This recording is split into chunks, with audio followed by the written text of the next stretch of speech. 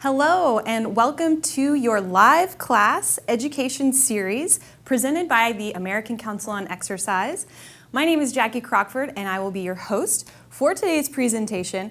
Before we get into today's live class, just a little bit of an exciting announcement from American Council on Exercise. Today we have launched our brand new website. So we'll talk about it a little bit later, but if you'd like to visit us at acefitness.org, you will see a brand new look and feel featuring our new ACE Mover logo.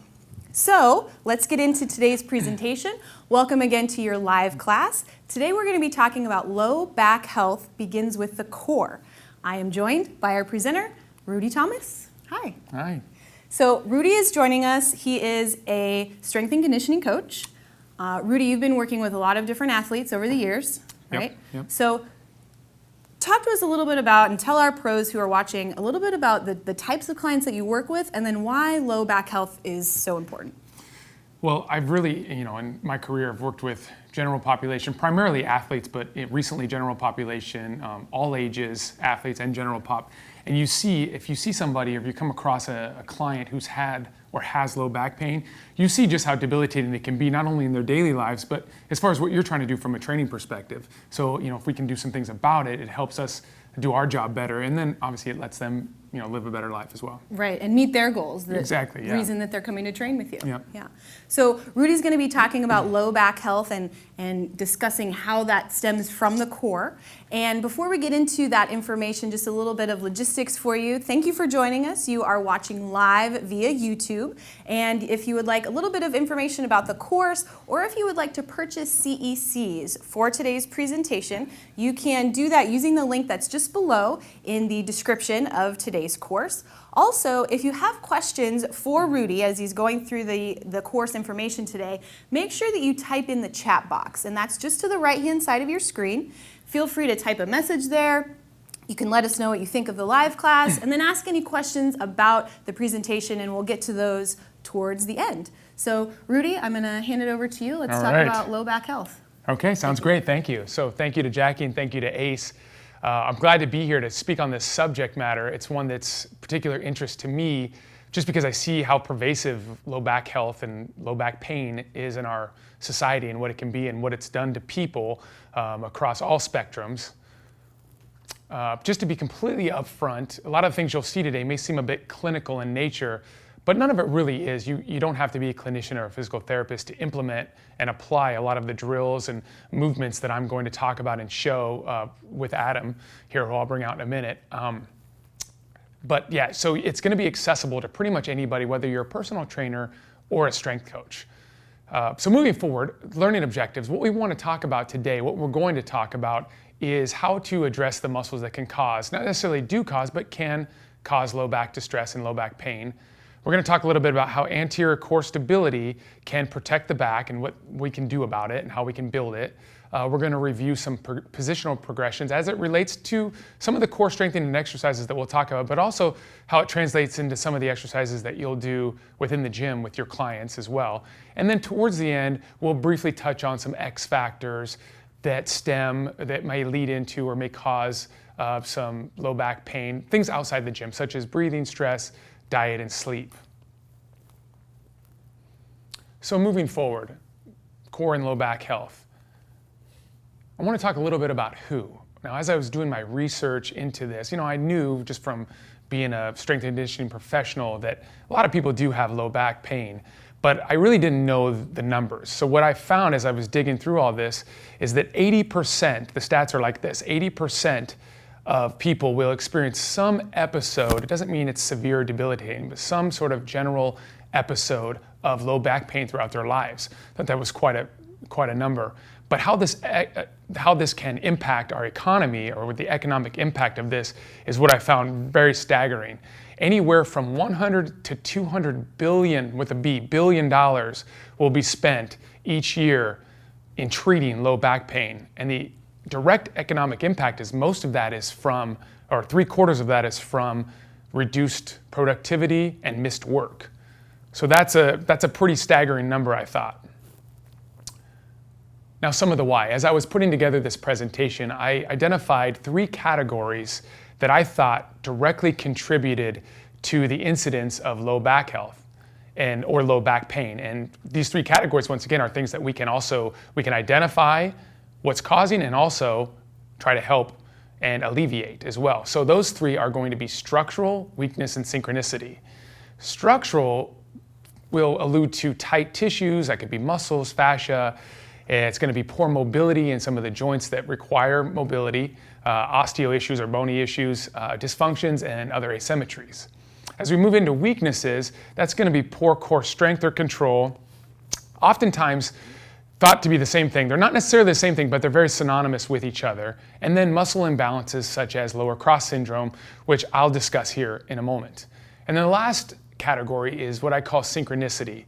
It's basically, I term it as a non-optimal stabilization strategy. It's not something that's necessarily that mainstream, and we'll get into a little bit of what that is and why that is as we move through the presentation. So in moving through the structural segment, we need to address which muscles are involved in the structural portion of the core. So as we work to the anterior side or the front side, we have the rectus abdominis, as you can see up on your slides. We have the rectus abdominis, we have the obliques, both internal and external, and then we have the transverse abdominis. As we move to the posterior side, the muscles involved will be the back extensors, primarily the erector spinae.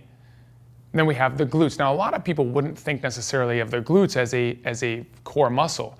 I always have considered them a posterior core muscle because of the work that they do to ensure proper stability at the pelvis, but also proper mobility at the hip. And if we consider the hip itself, if it's functioning properly, then the low back can do the job that it's meant to do. And then also the lats. And again, not something that you would consider necessarily a core muscle, but if you consider the relative size of that muscle and the fact that it does attach onto the lumbar spine via the thoracolumbar fascia, if it's not functioning properly or if it's just generally tight, it can affect what's happening at the low back. So it's definitely something that we need to consider as we're looking at the global health of a client. And then when we get into the deep musculature, we have the psoas. Once again, a very important stabilizing muscle. It's a hip flexor, and why I consider it so important is because it's a three-zone muscle, meaning it crosses the hip, pelvis, and attaches at the lumbar spine. So it's one we definitely need to know that's functioning correctly as we move through this particular presentation and as we're addressing our clients and their low back health. Then we have the QL. So what's interesting about the quadratus lumborum, also known as the QL, is oftentimes when we feel low back pain, that's the muscle that's being overworked that we feel. So that's one we need to know what's happening with that particular muscle and how we can reduce some of the stress on it. And then we have the multifidi. So that's the structure. So those are the muscles that make up the structure. Now I alluded earlier to lower cross syndrome. I'm going to turn to the side so I can explain what this is. So lower cross syndrome is a combination of tight muscles and weak muscles. So if we start here at the psoas or the hip flexors, if they're tight, they will tilt the pelvis forward or anteriorly tilt. Now if that's happening, and that could happen from sitting a lot, that can cause the hip flexors to get short and tight. If that's happening, if we're stuck in anterior tilt, then oftentimes the abs are pulled long and taut or weak. They're unable to counteract the pull of the psoas or the hip flexors. Now on the posterior side, we have the erectors, the erector spinae. They're pulled tight, which pushes the spine forward. Now if the hip flexors are tight, oftentimes that down regulates or inhibits the glutes. Now if that's happening, they're unable to do their job of keeping the spine neutral and counteracting the tightness at the erector spinae. So that's basically, you're left with somebody who's what I would term stuck in extension, or they have this posture here, ribs flared, hips tilted. That's lower cross syndrome. Now the body's interesting. So this is what we call the joint by joint model. And if you see on your slide, the body's stacked up in a series of joints that need stability and mobility naturally. So if we start from the floor, which we always should, because everything happens from the floor up. We're always standing on our feet or walking, so we're always communicating and translating with the ground. So if we even start at the big toe, which isn't pictured on here, the big toe needs to have flexion. It needs to be mobile. And then we move to the foot. The foot needs to have some stability, and hopefully you have a nice arch in your foot. There's other problems that can happen if you happen to have a pronated or a flat foot. And then moving forward, the ankle joint. One of the most important joints that we'll talk about today is it needs to have the ability to flex and extend. Especially, you probably heard the term dorsiflexion. You definitely need to have that dorsiflexion, and that's the ability to pull your toe up towards your knee. Now moving up the chain, up this kinetic chain, we get to the knee joint. Now the knee is a simple hinge joint. It needs to be stable. It doesn't want to move a lot other than what it's supposed to do. And then moving forward or moving up, we get to the hips. Now we all heard the term hip mobility. We probably practice it quite a bit with our clients. We're always looking at hip mobility, think proper squat form.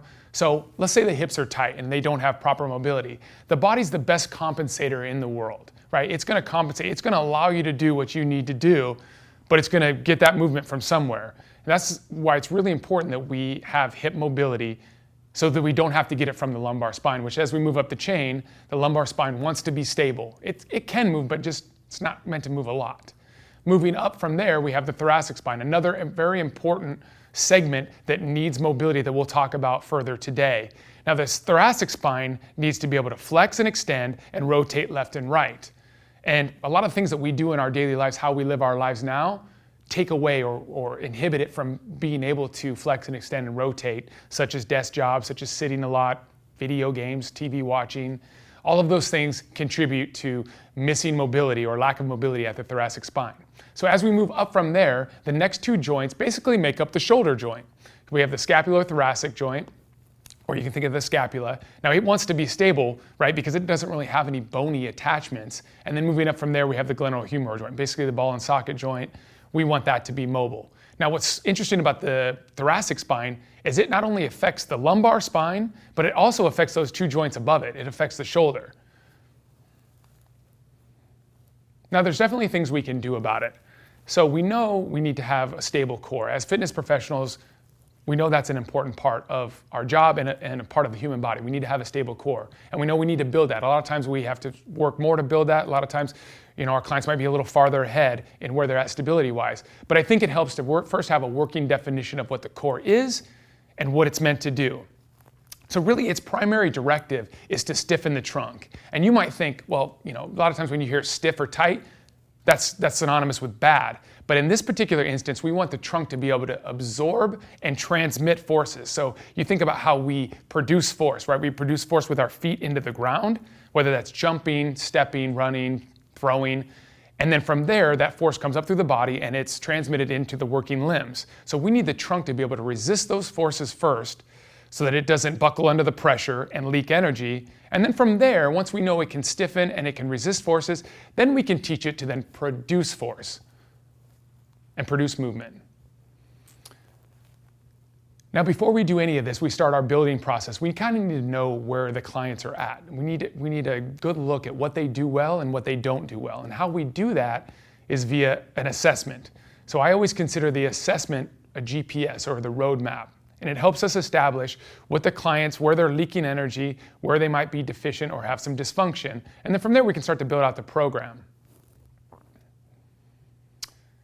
So if we think back to the joint by joint slide that we have, we know that some joints are meant to be stable and some are meant to be mobile. And we know the body is the best compensator. And it'll always compensate in order to give us the movement that we want. And why that's important now is if we think about low back pain, and we think about pain in general, oftentimes pain site and pain source aren't the same thing. So if you see that quote up there on that slide, it's a quote that I heard Mike Boyle, a famous strength coach, say, and it was one that really gave me great insight into how to address injuries or how to address dysfunction and where to look for that particular dysfunction. And it gave me a great insight on how to look above and below. So his quote was this. He said, if I put a rope around your neck and pull, your neck hurts, of course. But your neck isn't the reason it hurts. Your neck isn't the problem. It's the fact that I'm pulling on a rope from this end. And that really gave me great insight into how to look and why to look above and below a particular place that is feeling injured or hurt. So as I'm going through this assessment and I'm trying to get a look at what a person does and what they do well and don't do well, I'm going to start, as you would with any of your programs, with the lowest hanging fruit. I'm going to start simple. So I want to get a look into my particular client's lifestyle. I'm going to ask them what they do for a living. I want to get a sense, do they have a desk job? Do they sit all day? Maybe they drive for a living. Once again, it's more sitting. That's going to give me a good idea of what I can expect to find later in the assessment, whether that's tight hips, whether that's a tight thoracic spine, it starts to give me an idea of what I'm going to see later on in the assessment. Perhaps they live a sedentary lifestyle outside of work, or do they work out? So I start to get that global picture of who this person is and how they live their life. Now, it could be on the other end of the spectrum as well. They could be a construction worker. They could lift heavy things for a living. Now, I'm not going to go and watch them work, but I'm going to get an idea, do they know how to lift the things that they're meant to lift or that they're forced to lift while they're at work? So that's going to give me a nice idea of what this person, how they live their life, how they spend most of their day, which will start to lay down those tracks for what we're going to look at later on. So now I'm going to bring out Adam, and we're going to move into the static portion of the assessment. So if Adam's my client, I just want him to stand here. I want to get a look at, I'm going to have him stand to the side. I want to get a look on what his resting posture is like. Now, Adam kind of knows how to stand, but I'm going to have him stand how you might see some of your clients stand. So you might see this rolled forward, this shoulder rolled forward posture, or forward neck posture, forward head posture. That could stem from having a desk job, from just always standing wrong. So I want to see what their resting standing posture is. I also want to look for the inverse. I want to see, go ahead and arch, I want to see if maybe they just hang on their low back, if they flare their ribs, if they like to puff out their chest, and really tilt their pelvis forward. Once again, that might be a posture that feels normal to them, but isn't necessarily contributing to their low back feeling real great. Now the next thing I'm going to do, and this might seem a little unorthodox, I'm going to have them just take a breath. Now I'm going to ask Adam just to take a deep breath for me. So when I'm observing that, I'm looking for a couple things. I'm looking for his ribs to flare out. Do I see that or not? I'm looking, does he heave his chest like he's panic breathing? Is he using some of these accessory muscles like the SCM, the pec minor, the upper traps? Is he using that to get a breath in? And is he breathing through his mouth? Similar to this if he was being chased. I want to see, does he know how to breathe properly? Does he know how to breathe in a resting state? So that's just another thing I want to look at. And now moving forward into the assessment, we're going to start to get a little bit of movement. So I want to see how he moves, not necessarily moving around the room, but just moving some of his segments. So the first thing I'm going to have him do, and as we go through this, we're going to look at scapular rhythm via a shoulder flexion test. We're going to do a prone plank on the floor, and then we're going to do what I call a wall liftoff test. So you may be wondering, why am I going to have him lift his shoulders above his head? So go ahead and just flex your arms above your head. So why would I have him do this? Well, invariably, sometime during your day, during their day, they're going to possibly be training where you're going to ask them to press, or we always have to lift and grab something potentially above our head. So I want to see what his go-to strategy is for that. Now you can see here, he's doing it wrong. He's doing it wrong on purpose, but you can see his ribs are flaring out. He's got a big lordotic curve in his low back. So that might just be how he does it, or he may not have mobility at the shoulder joint. Either way, I know I need to reteach him how to do this, or I need to address that scapular rhythm and that mobility at the shoulder joint. And that might be a thoracic spine issue, okay? Next thing we're gonna do is we're gonna work our way to the ground. So I'm gonna have him get into a plank position. So this is a plank. I can use this both as an assessment tool, which I'm doing now, or as a training tool. Now we've all probably had clients or ourselves done planks, but this particular client, I just want to see what they consider a plank. Now as you can see Adam, he's got a big curve in his low back. You can tell his hips are tilted forward. So I know right away he does it wrong. And this is where he thinks he's doing a plank properly. So what I'll have him do in this instance, if I see this, is I'll make note of it, and then I'll have him drop his knees, and I'll teach him how to get neutral. So I'll have him teach him to tilt his hips. This may even require you to put them on their back to teach them how to posteriorly tilt their pelvis, which I'm not going to have Adam do, but it may even require that. So now he's into neutral spine here, and then I'll just have him extend his legs back out again. Now for somebody who's never done this the right way and never really created tension, this is going to feel markedly different. So now I've had him do his plank, and I've assessed what his natural alignment is via the plank. Now the next thing I'm going to have him do is come over here to the wall, and I'm going to have him supine with his feet up on the wall here. I'm going to have him just create a 90 degree angle. I'm going to cue him to make his spine neutral to the floor, so flat against the floor. Now this particular drill, before I do it, this goes back to the synchronicity that I talked about earlier. I'm going to give him a very low threshold task, and I want to see what kind of strategy he uses in order to accomplish that task. So what I'm going to ask him to do is simply press one leg into the wall while keeping everything neutral, and then lift this leg off. And he may do that 3 or 4 times, just on and off, on and off. Now I'm going to have him do the same thing on the other side. Now what I'm looking for is, does he use a low threshold strategy to complete this relatively simple task, or do I see this? Does he shorten up? Do his ribs come up? Does his spine leave the ground? Do I see him tighten up, through his chest? Now that tells me that he's invoking some sort of high threshold strategy to complete a relatively easy task. So that's just a retraining thing that we'll have to address later on. But it just, once again, it's given me a roadmap. It's given me a bit of a global perspective on what he does well and does not do well. All right, so moving forward into some corrective exercises, and I'm probably going to keep Adam out here with me. I'm going to come back out here to the center. So we're going to talk a little bit as we go through this corrective. We want to work back to breathing. Now, as I said before, I always kind of address that first, because if you consider 20,000 breaths a day, right?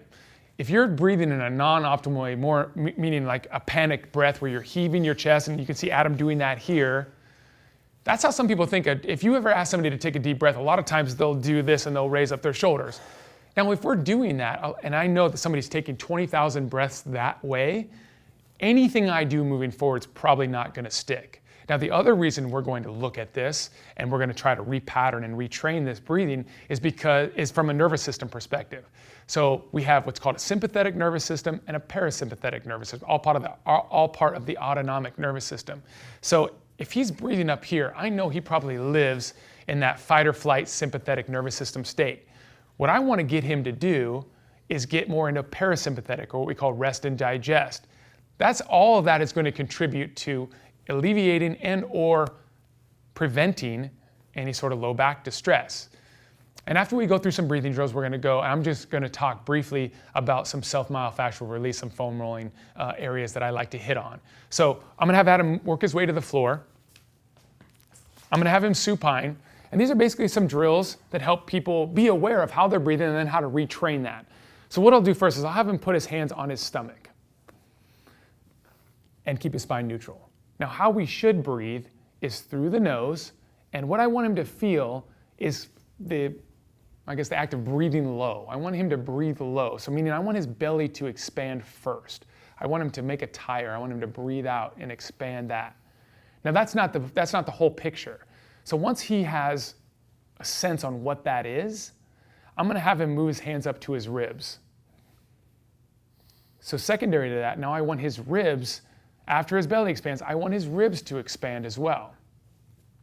So he'll use his hands as tactile feedback in order to feel if he's actually accomplishing that. And then lastly, I'll have him put one hand on his chest and one hand on his belly. And so now we'll get a sequencing here. So I'm going to have him breathe in. I want his belly, his ribs, then his chest to expand. So earlier it might have sounded like I didn't want the chest to move at all. We do want the chest to move.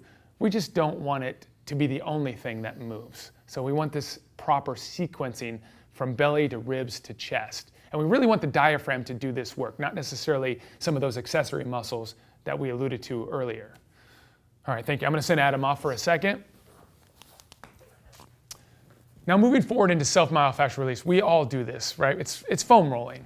So some of the spots as it relates to low back health that I want to hit on are the quads, the adductors, I want to hit on the external rotators or the glute medius, and then the lats. Okay, so moving forward. So now we've hit on breathing, we've addressed breathing. Hopefully we've taken our client into more of a parasympathetic nervous system state.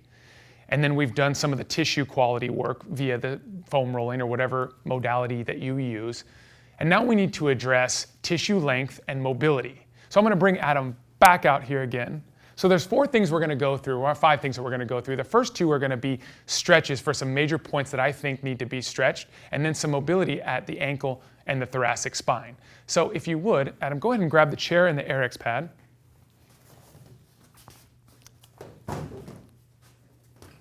We're live, right? Yeah. Okay, so now this is, what I'm about to show you is a stretch essentially for the quads and the hip flexors. This is one that you can do at home on your couch. Imagine this is the back of your couch and the couch cushions, and then your front leg is on the floor. So go ahead and set up, Adam. So essentially this is just a quad stretch where we have the back leg elevated. I'm gonna cue him to tuck his hips, keep his spine neutral. Okay, so he's not arching to get into the stretch, which is a lot of times what happens with any sort of hip flexor / quad stretch. So we're going to get neutral. And now as he gets better or more flexible, or the tissues just get more pliable, he can scoot his knee closer back to the anchor point. So that's your progression within this. With any stretch, think 30 seconds to a minute, especially if you're using it in a warm-up. Okay. All right, so go ahead and move these, Adam, and I'm going to have you move into the posterior hip capsule stretch.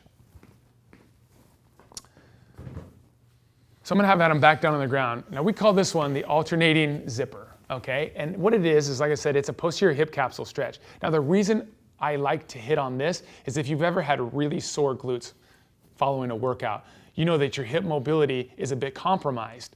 So what happens if you're compromised at a joint that needs to be mobile, right? The mobility comes from somewhere, right? Potentially the low back. So we just need to address this tissue as we're moving forward. So the difference between this alternating zipper stretch and a pigeon pose is the fact that I'm going to have Adam slide his back leg across the midline of his body as he sits back into this hip.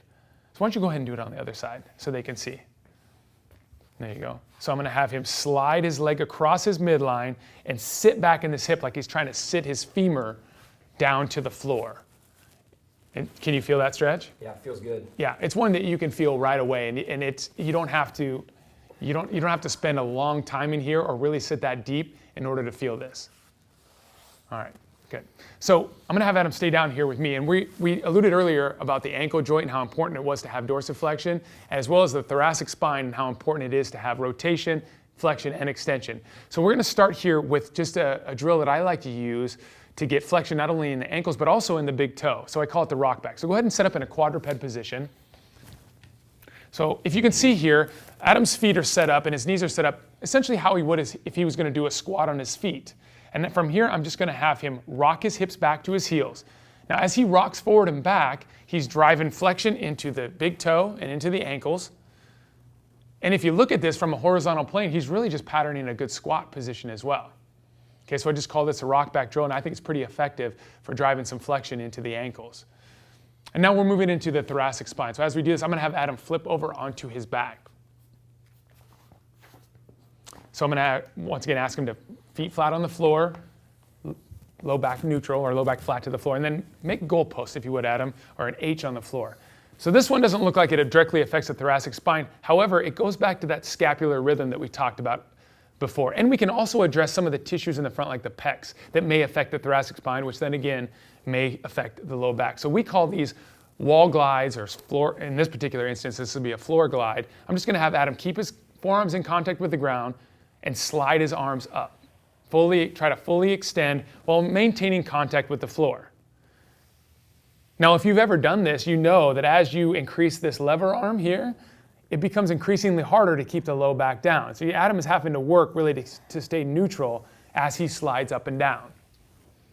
And now I'm going to have Adam jump up and grab a foam roller, Eric's pad and a yoga block. And we're going to go through what I call, what's called the sideline extension rotation. And here's where we're going to drill we're going to pattern some rotation into the thoracic spine. So I'm going to have him face this direction. He'll use this for his head. Now what he's going to do with this yoga block is bring his knee up to about just below waist level. Okay, straighten out the bottom leg, and then he's going to lay, being sure not to lay, and you can't see this, but not to lay on the bottom scap. I don't want him laying on that. I want him off of that. So from here, I'm going to cue him to press down into the block to keep his hips locked in. And the reason that's important is I want to keep the lumbar spine and the hips locked in so that I know the rotation is coming here from the thoracic spine. So then I'm going to have him open up, slowly open. You may not be able to hear that, but he's exhaling as he does that. And that's a good idea. Now you can program this in terms of reps. This can be 5 to 10 reps, or it can be breaths. I like to use breaths because every exhale allows him to get a little closer to the floor. So you would obviously do both sides. All right, so as we move forward into this corrective pattern, now we're going to address the central nervous system. So I'm going to have Adam stay out here with me. Actually, Adam, go ahead and take a minute off, and I'm going to talk a little bit about central nervous system and creating a better timing and firing strategy. So you can have proper tissue quality and length, you can have proper mobility, but you still may have a misfiring sequence, a timing issue, some sort of, like you would with your car, for instance, and you need a bit of a tune-up. You need to repattern and retrain certain muscles to fire when they should so that other ones can move well. If you've ever seen the Functional Movement Screen by Gray Cook and Lee Burton, a lot of these exercises that you're going to see on the screen here are ones that are adopted or adapted or taken from that particular screen. And what we're trying to do is fire certain muscles so that other parts can move in the sequence that they're meant to move.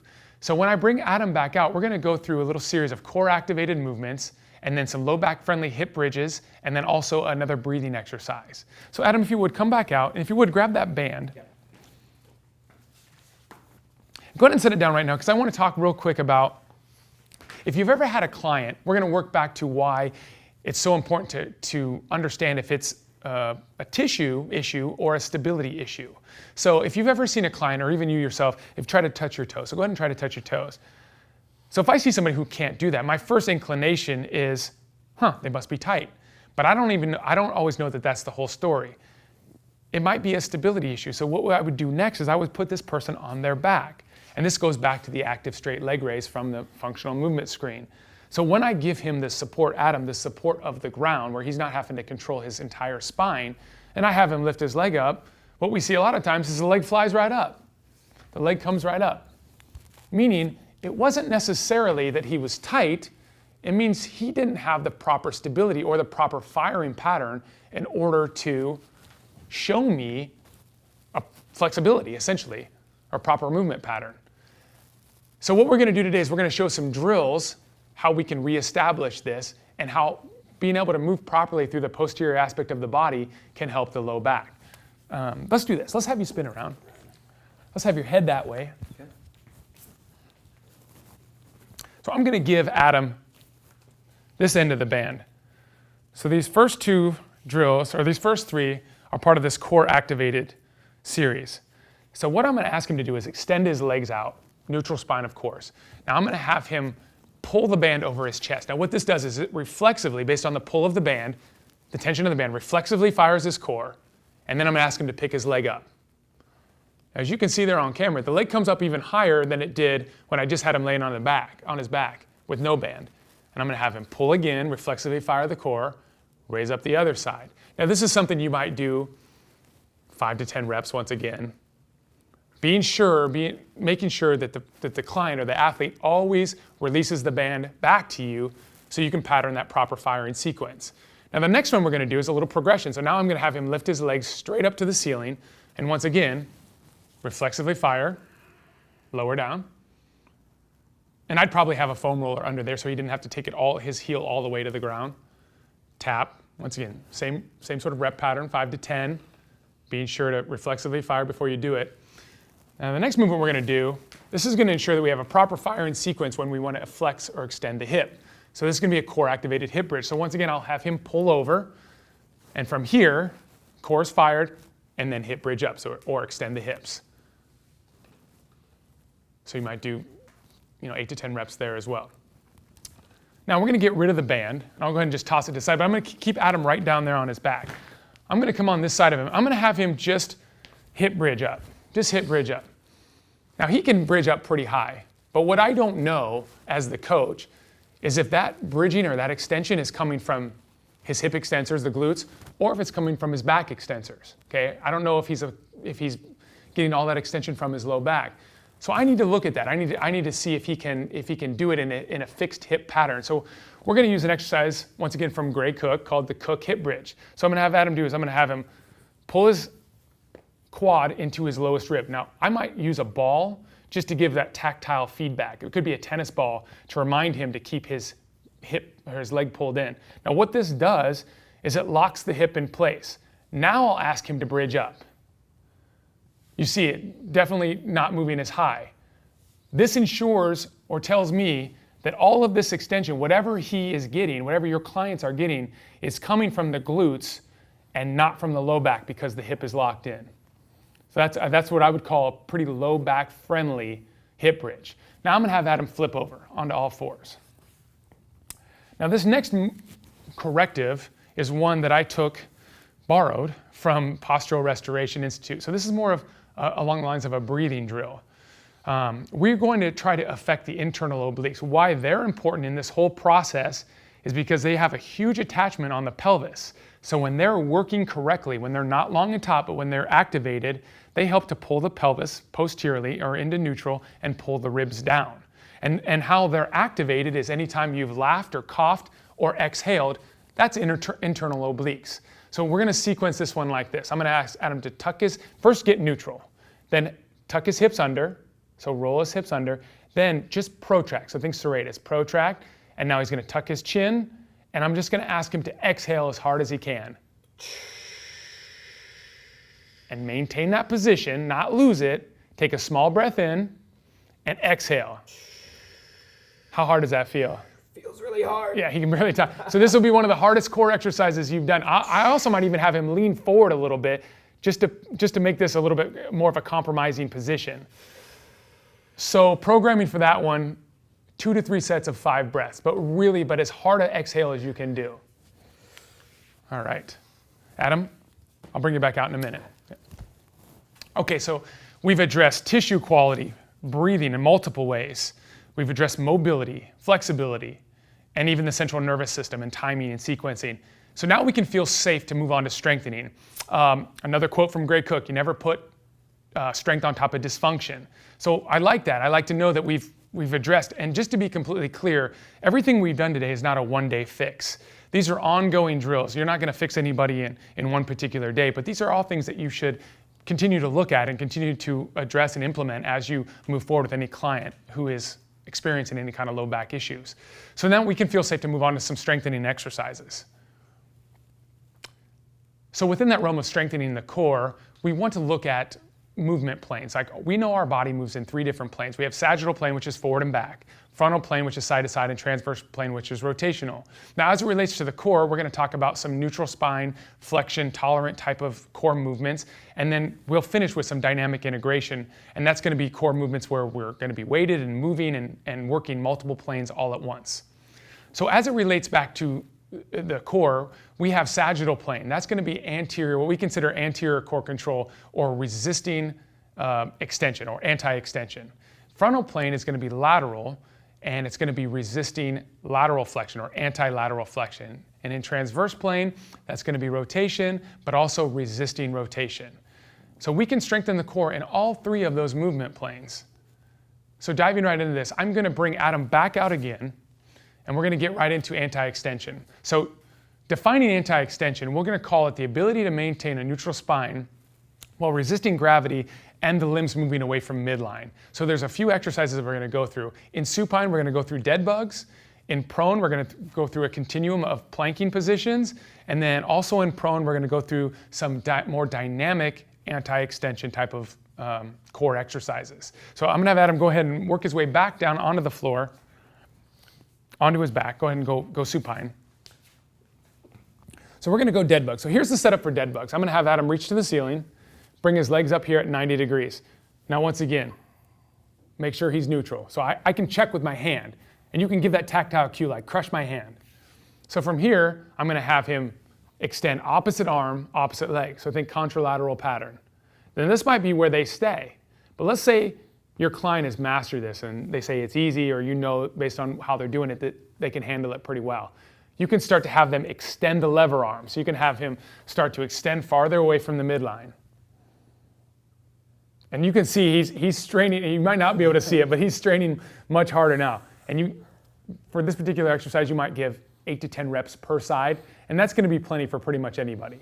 All right, so moving forward into prone position movements, we're going to go into just a basic plank. Now, we looked at it earlier. We looked at it as part of our assessment, and considering we've cleaned it up now, or assuming we've cleaned it up, now we're going to move into using it as a training tool. So I get into a plank. Now I want this to be a high tension plank. So I'm going to cue him to bring his feet closer together, tighten his quads, his glutes, and his abs. Maybe even isometrically pull his elbows back. And that everything is colliding in the middle. That's a very high tension movement. If you're doing it right, 15, maybe 20 seconds. So from there, we're going to move up into a high plank. So I'm going to bring him up into basically a push-up position. Same sequencing. Quads, glutes, abs. Once again, making sure that he doesn't lose it, so drop your hips. Making sure that that's not what happens, right? And you'll see that. You'll see that sometimes. But that's what we want to train out. So I'm going to have Adam grab the stability ball, and we're going to move into some more dynamic anti-extension type of activities or exercises. Now, mind you, this is stuff that you need to work towards. This isn't first day, first week, maybe even first month type of movements, but I'm going to give you a little continuum or a progression on how you can move your clients from step A, B to C. So this is one we call stir the pot. So go ahead and get into a plank position, elbows on the ball, legs extended. And now I'm going to have him just make circles. This is a lot harder than it looks. For a new trainee or a new client or new athlete or a young athlete, 3 each way might be plenty, okay? Now we move into a rollout continuum or a rollout sequence. Now this is going to be, we're going to start with a ball. It's higher up with the ground. This is going to be a little bit more of a regression, and then we'll move into more of an ab wheel. It's a little bit more of a progression. So now we're going to be moving away from midline and having the hips and the shoulders moving together. Now, as you can see, Adam he's done this a million times. He can do this well. But Adam, I want you to show him what happens if you don't do it well. So you can see Adam's hips stay stuck. He's moving independently with the shoulders, or now roll out and lose your low back. This happens a lot. It feels terrible, but that's what you're going to see most of the time. So then you have to regress. So let's say your client has mastered that. Adam, if you would grab the ab wheel. By the way, that stir the pot exercise, if you've ever heard of Stuart McGill, he's a famous Canadian low back researcher. That's one of his big 3 is the stir the pot. So let's go into the ab wheel. Now this is the progression yet. So it's more complex. He's closer to the ground. Now do it wrong. Yeah, you'll notice it right away, and it's not going to feel good either. But people have to feel what wrong feels like before you can get them into the right positions. So that's anti-extension, and I'm going to have Adam take that off, but we're going to stay out here and move into anti-lateral flexion. So that's going to be the ability to maintain neutral spine while resisting flexion in the frontal plane. So how we can do this simply is back down into a plank. So I'm going to take you through a little bit of a progression of a side plank. So let's just start with knees bent, and this might be where you stay. So what can go wrong here, right? Get me wrong. Hips back behind him, hips flex, or even hips neutral but ribs flared, so I can get a lot of extension here. So you've got to look for those little faults. Okay, so I'm looking for a straight line. So come up again. I'm looking for hips neutral, abs engaged, glutes engaged, and a straight line from shoulder to hip to knee. And that's true for any of these side planking variations. So I'm going to have Adam progress it. Split-legged. So top leg in front of the bottom leg, maybe like a shoe length. Now alluding back to Stuart McGill, this is the way he has everybody do it. Less torsion, less low back stress with the feet split. So once again, shoulder, hip, ankles in a straight line. Okay, so moving up from here, we'll go into a high side plank, just as we did with the prone plank. Okay, moving up here. So now there's a little bit more happening here in the upper body. Okay, so I know he's mastered that. Then I know I can implement some dynamic versions. So moving him back down to the floor, he's back in that split-legged side plank. And now I'm going to add a little rotation to this side plank. So now he's rotating down and rotating back. Rotating down. Once again, one of those ones, looks simple, hard to do, harder than it looks. Great. Okay, so now I'm going to have Adam grab this band back here, and we're going to add some implements into this. So we call this one an overhead pull-off press. So I'm going to have Adam take one end of this band and let's go down in a tall kneeling position. Incidentally, I have him in tall kneeling. This is a good progression point, a good start point. He's most supported here, and he can practice, before we even get into this exercise, he can practice getting into neutral spine from this tall kneeling position. So now what I do here is I'll hold one, and this can be a cable column, it can be any other kind of band anchored to whatever. You don't have to have a person holding it. I'm going to hold it in this case, and I'm going to ask Adam, maintain neutral spine, and then press above his head. So as he presses, As that lever arm gets longer and his hands get further from the center of his body and farther overhead, that lateral flexion pull becomes greater, and he has to work harder to resist that, also while maintaining a neutral spine. So if he lets me win, press up and lean over, right now I know it's too much. So once again, with any type of exercise like this, let's start easier before we get harder. So make it a little easier, even if your client might be like, this seems a little easy. You want them to learn it right so that you can progress it later on, okay? So moving forward, we're gonna go into anti-rotation. So anti-rotation is the ability to maintain a neutral spine while resisting rotary forces. So once again, trunk's gotta stiffen, it's gotta be able to resist those rotary forces to then produce them later, okay? So back to the floor, Adam. Probably another exercise that you've seen, okay? It's gonna be a bird dog. So once again, I make sure that my client or Adam starts in a neutral spine, so they could start bad, okay? If they start bad right away, you know you need to fix that, so get them neutral. Okay. Now I'm going to have Adam extend opposite arm, opposite leg in a contralateral pattern. So go ahead and do it. Now get wrong. So this is what you're going to see. Maybe 9 times out of 10, the leg above the hip, big lordotic curve, the shoulder dipped on that side. It may be that they're just not set up right or doing it right, or it may be that this is too much for them. So what I like to do is, once again, get them established in neutral spine, and then go one limb at a time. So I'm going to have him extend this leg back, and make sure he's straight back from the hip, glutes are engaged, he's still maintaining some neutrality, and then he's going to extend the left arm. So once I know he can do that, then we'll start a little bit of movement. So it brings elbow to knee, pause, and they may lose it when they extend back out, so you may need to re-cue that. So 5 to 10 or 8 to 10 reps on each side. Now, what we're going to go to next is back to planking exercises, but what gives them so much utility, these planking exercises, is not only anti-extension, but if I change the base of support, meaning I'm going to have Adam reach one arm out, I suddenly make them an anti-rotary exercise because I've taken one base of support away. So his body's instinct is to then rotate towards the side, it wants to rotate down or towards the side that has support. So your work then becomes maintaining this neutral position while taking an arm or even a leg off the ground. So there's a lot of utility in those planking exercises in just changing the base of support. Now I'm gonna have Adam grab the band again, and I'm gonna have him reestablish a tall kneeling position. And we're gonna do an exercise we call a Palloff press. So once again, this is another anti-rotary exercise that we'll use an implement for. This can be a band or a cable column. You want to start easy with this one, and I'm going to ask him to press straight out from his chest while maintaining a neutral spine. So go ahead. So as his hands get further away from his body, just as if you held a weight close to your chest and then extended it out, it becomes harder and heavier. This same thing with this. The rotary forces become greater as his hands get further away from his midline, and that's where the work comes in. Now, once we've done that, we've resisted rotation, or we've trained that, we can do some fairly functional rotary type of exercises. So that's going to be in the form of chops, lifts, and twists. So I'm going to be the anchor point, and I'm going to have Adam do a chop, so a high to low pattern. I'm going to hold it up here. Once again, the important part is neutral spine. Good. Okay, so now we're going to go through a lift. So the lift is essentially the exact inverse. So it's a low to high pattern, up and across. So he's getting good solid rotation while maintaining neutral in his lumbar spine. And then finally, just basic twist, just twisting across.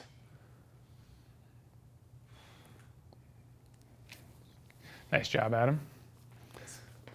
All right, so I'm gonna have Adam go ahead and grab the stability ball. We're gonna need it for this next section. So we're talking about neutral spine flexion. These exercises are where the hips will flex, but the spine, the lumbar spine specifically, will stay neutral. So this is what I would term flexion-approved exercises. We're going to do knee tucks and what we call stability ball jackknife. So I'm going to have Adam set up prone on the ball. Let's have your feet on this side and your head this way. Now, as I alluded to, I'm going to cue neutral spine here, and he's going to flex his hips via tucking his knees to his chest. Once again, a lot harder exercise than it looks. He's having to resist a lot of gravity, stabilize a lot of his body weight while moving his legs. Now, the next progression of this is then to keep his legs straight, once again, maintain neutral, but now flex his hips to the ceiling. As long as you're staying neutral, this is a fairly safe exercise. Where it can go wrong is if this happens. Dip your hips low, boom. Yeah, that's where it can go wrong. So that's what you need to look for. That's where your coaching eye needs to be if and when you're having somebody do this. All right, thanks, Adam. Okay, so now we get to the more functional type of exercises, what we call dynamic integration. So I'm going to have Adam step off for a second. And like I said, I termed this functional exercises. That term is a bit overused, but why we can consider these functional is because not only are they going to work multiple movement planes at once, the ones we alluded to, anti-extension, anti-rotation, anti-lateral flexion, we can also load them as well. And you're going to see things such as crawls and carries, and we're going to kind of show you how you can progress some of those and some variations. So I'm going to bring Adam back out, and I'm going to have him actually start on this end. And we're going to just start with basic crawling. Now, we've all crawled at some point in time as kids, but as adults, if you've ever watched an adult crawl, it's pretty inefficient. And the reason why it's so inefficient is because not only are you having to move in a contralateral pattern, you're having to remain neutral in your spine, but you're having to control your trunk while all your segments are moving. So I'm going to have Adam just pick his knees up and just crawl across the floor. So forward, backwards. You can use this in a warm-up. You can use this as a core exercise. You can just use it as an exercise in general. Next, we're going to move into some carries. So I'm going to have Adam grab 2 kettlebells. And we call this one a farmer's walk or farmer's carry. Go ahead. Now, why this is so effective is because it's essentially a moving plank, prone plank, a moving anti-extension exercise. He's got the weights loaded at his sides, and he's having to control his pelvis and hip and control his trunk as he walks with weight. Now the next one I'm going to have him do is, starting back on this end, I'm going to have him just change the loading point. So we call this a rack carry. So let's take both of them. Yep, 2 of them up into the rack. Once again, an anti-extension exercise, a moving front plank. Okay, but now he's loaded the spine anteriorly instead of on his sides. Now he's loaded it in front. What I consider one of the harder carry variations there is, and maybe one of the most effective anterior core exercises. Okay. Now we're going to load with 1 dumbbell. Okay. So we call this a suitcase carry. So he's got one kettlebell on one side. Go ahead and go for a walk. This is effectively a loaded moving side plank. If you consider what he's doing, he's resisting lateral flexion in a dynamic fashion. Okay. Next up, we call this a goblet heartbeat. So go ahead and pick it up as if you were going to goblet squat it. And now you're going to walk and press it out. So similar like he did with a Palloff press, he's increasing the lever arm as he walks and presses the weight farther from the midline of his body. Just another carry variation. And last, we're just going to show 1 combination carry. So this is going to be, let's go suitcase and rack. So he's going to have 1 kettlebell at his side and 1 up in the rack position. And this is another one, dynamic, where we're training multiple qualities, resisting multiple forces all at once. Thanks, Adam. I'll let you step off here and catch your breath. Okay, so outside of core strengthening exercises, there's a lot we can do in order to prevent and alleviate some of the low back issues that we get, our clients get, just with the exercises that we do in the gym and doing them properly. So as you can see on your slide, I have regress to progress. So we're going to talk about a word called regression. And that can mean repatterning an exercise to make it low back friendly via some sort of positional change, or just taking an exercise back a notch or 2 to meet a client or an athlete where they're at developmentally. They may not be ready for the particular exercise that you want them to do, so you have to regress it back a little bit so that they can progress in a proper fashion. So when I bring Adam out, I'm gonna have him grab a kettlebell, and we're gonna go through a little positional progression with the overhead kettlebell press. So I'm gonna have him start down in a tall kneeling position. And why don't you press it with your left hand?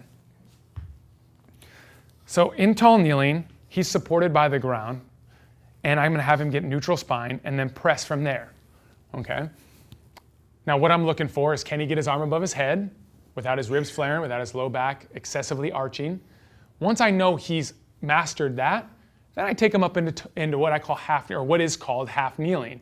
Now, still supported by the ground, but definitely more unstable than tall kneeling. And you'll see he'll wobble a little bit as he does this, okay, because it's an asymmetrical stance. So once I've I've observed that he has mastered this. This might take weeks, by the way, to progress from one position to the next. I'm going to bring him up to his feet. Okay, from here, now he's supporting all of his body weight and all of his spine. And now he's pressing out of this position. Okay, once again, you as a coach are being mindful. Can they maintain neutral spine? Okay, can the ribs stay down? Do they have the flexion to get above head? And then finally, we'll go into split stance. And we'll consider this the most complex of all. Standing asymmetrical stance. And you can see, I don't know if you can see this, but he's like a tower, it's like a tower blowing in the wind back and forth. All right, good work. All right, so I'm gonna have Adam set down the kettlebell, and then I'm gonna bring him back out. So this next segment is I term it a neurodevelopmental sequence. It's a thing you can use for a warm-up.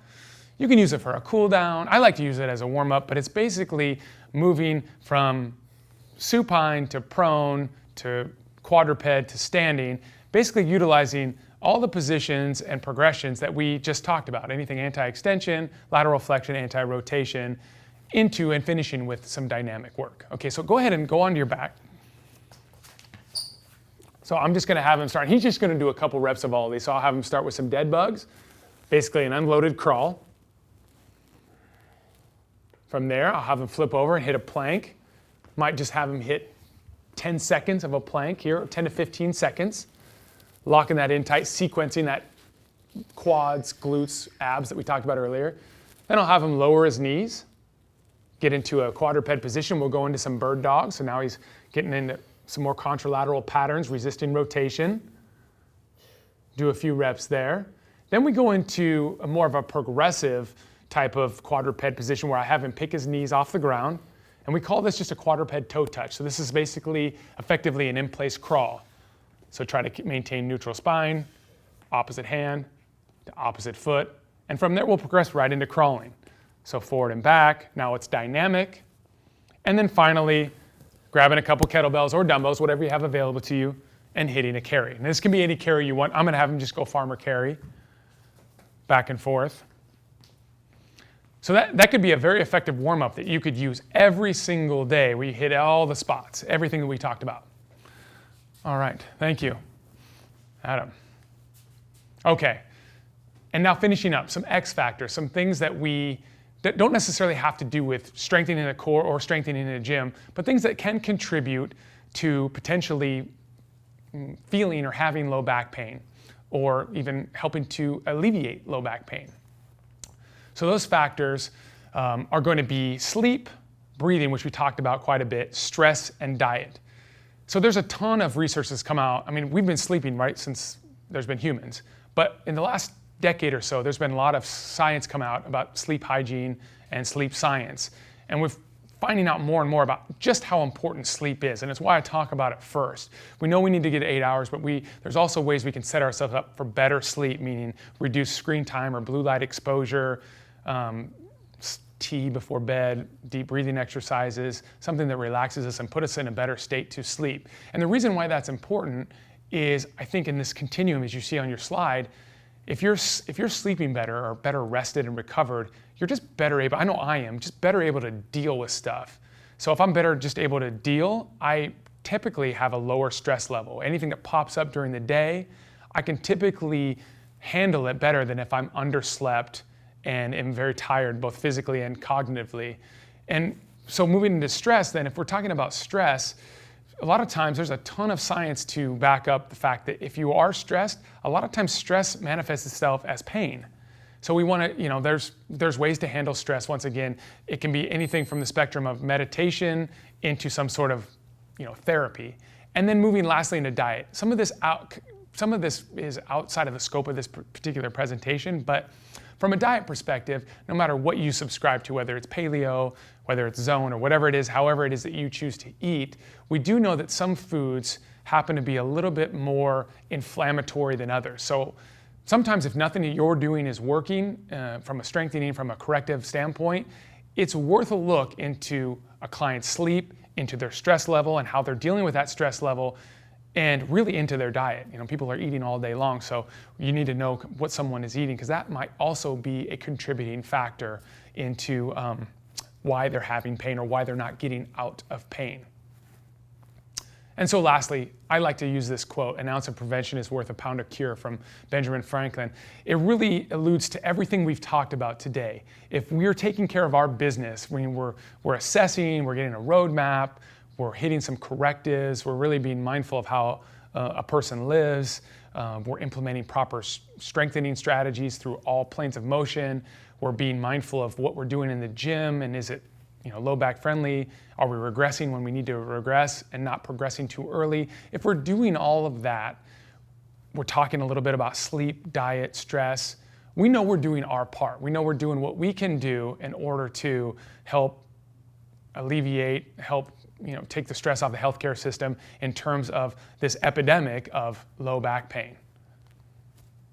And that's what I got for you today. Thank you. There's time for questions if anybody has any out there. I'll bring Jackie back out. I'll hand over the clicker of power. Yes. Thank you so much. So Rudy, that was a lot of great information.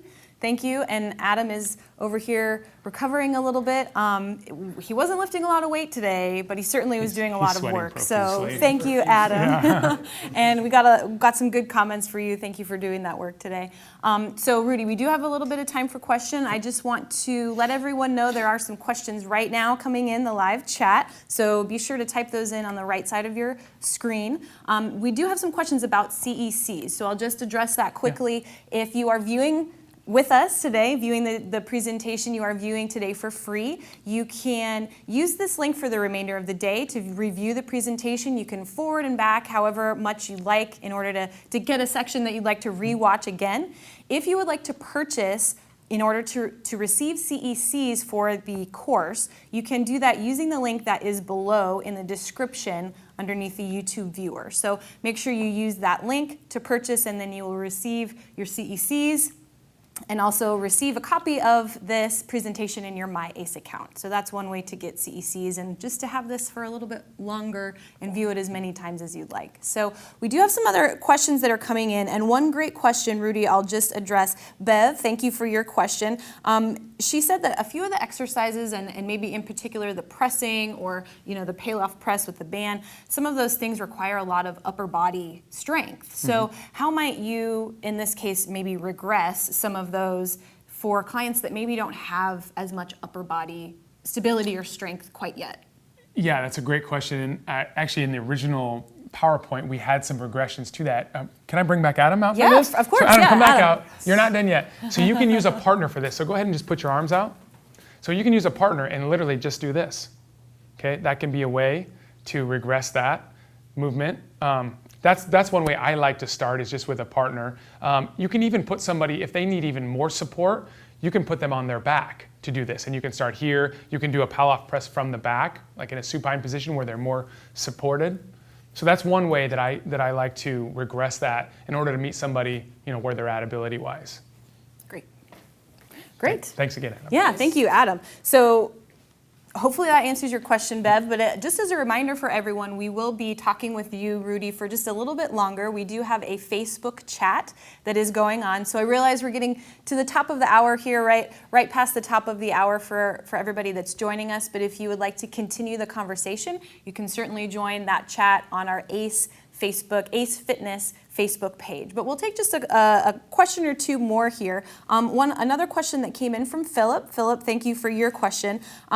He's referencing when someone is supine on the ground, are you asking them to really flatten the spine so that the entire spine is in touch with the ground, or how do you address those curves of the spine while also creating a neutral spine? Well, if it's really, I guess if it's directly related to whatever core strengthening exercise that we're doing, I'm having them, if they're flat on their back and their legs are drawn up, I'm really cueing them to just press the low back down. Really not alluding to any other part, but just making the lumbar spine neutral. So pressing that particular aspect to the floor. So, we get that feedback that we are neutral, and we can use the floor for that. And that way, at least, moving forward in any of the exercise that you're doing, that you've started in a good position. Right. So not necessarily getting rid of all of the natural curves that are in the spine, but as you mentioned, a lot of people have that lordotic curve that we want to just correct a little bit before we start. Yeah, like there should be a lordotic curve, of course, just like there should be a little kyphosis to the thoracic spine, which we don't want to take that away, or we can't take that away. But as it relates to specific exercises and trying to train being able to be neutral while we move, that's what we want to accomplish, and that's why we have them press their back to the floor. Okay, great. So last question that I'll address and that will make sure that you guys get this information, but again, you can type in that Facebook chat and we'll continue that conversation. So you mentioned towards the beginning we want to address mobility and stability, and then also some of the length and that tissue, the quality of the tissue before we go into the workout. So when you are addressing the quality of the tissue with foam rolling, what is your take around that self-myofascial release of the low back in particular, maybe that QL or into the psoas? Is that something that you would necessarily cue the client to roll over the spine, or what's your take on that? Well, if you've ever rolled a foam roller over your the spinal segment, it doesn't feel great. I might use a ball of some sort.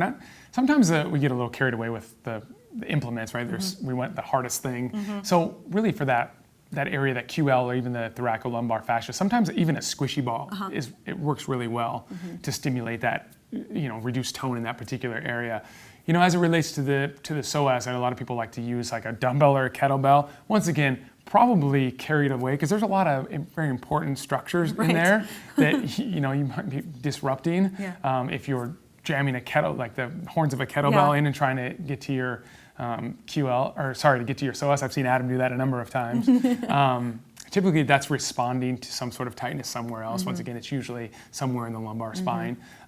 But yeah, I wouldn't necessarily roll over the vertebral segments of the lumbar spine. But I do put a ball, some sort of squishy ball, or maybe not like a lacrosse ball, but something a little bit softer than that in that QL. In that QL area. Right. So like a racquetball, and just staying away from the bony structures. Staying on that soft tissue. Yeah, exactly. Right. Yeah. Great. So thank you so much. That was a lot of great information. We could probably stay here for the rest of the day talking about low back health. Just a few more bits of information for those of you that are joining us today. Here is a way, if you can see on your slide, a way to connect with Rudy if you'd like to further the conversation with him. Once again, he'll be joining us on our ACE Facebook chat to answer a few more questions, so you can go there and ask him your questions, and he'll follow up over the next few days. And just as a reminder, you're watching today for free via YouTube. If you would like to receive CECs, you can use the link provided on the screen, or use the link that is below in the description of the course today, and you'll receive CECs within your course, or within your MyACE account rather, after you have passed the quiz associated with today's presentation. And just as a reminder, we do have a webinar coming up next month, and that is around nutrition, a guide to replacing processed food with whole food. So a great one to understand how to replace some of those things that you were talking about as far as diet goes, and how that can kind of cause some inflammation, and how to find some good whole food choice replacements for that. So be sure and join us for that, and be sure and connect with us a variety of ways. Again, our Facebook page, LinkedIn, Twitter, Facebook, Instagram, all of those great social media aspects. Yes, and we have a brand new website, so feel free to take a look at that. It's acefitness.org. Check out our new website and tell us what you think. Thank you for joining us today. Let's get people moving.